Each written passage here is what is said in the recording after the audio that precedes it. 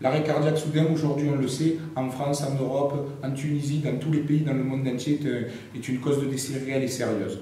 Aujourd'hui, en cas d'arrêt cardiaque soudain, lorsqu'on rencontre une victime qui est inconsciente et qui ne répond pas aux injonctions, la démarche est de faire très rapidement un massage cardiaque, d'alerter les secours, de prendre un défibrillateur cardiaque pour envoyer un choc pour tenter de récupérer la victime. Aujourd'hui, plusieurs technologies sur le marché. La Fédération tunisienne de football, très impliquée sur l'arrêt cardiaque soudain avec son président, a travaillé avec ce produit-là. Donc c'est le défibrillateur cardiaque Science, le modèle G5.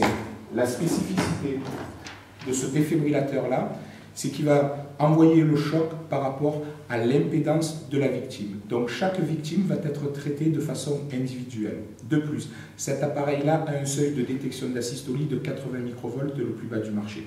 D'accord? Ça c'est pour nous.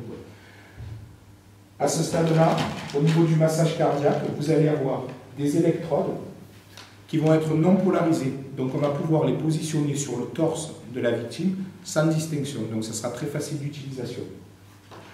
Au moment de faire le massage cardiaque, vous avez un capteur que vous allez venir positionner au centre de la victime, entre les deux mamelons, d'accord? Et ce capteur, il va vous assister sur la vitesse, plus vite, moins vite, sur la profondeur, entre 5 et 6 cm selon les recommandations internationales.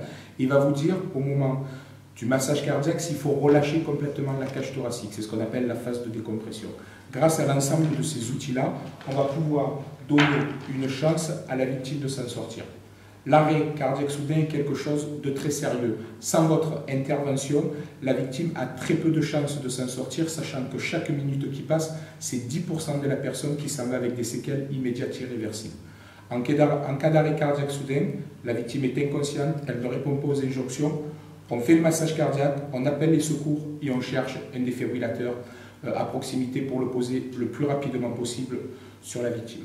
Je remercie la Fédération tunisienne de football de s'intéresser à ce problème réel et sérieux.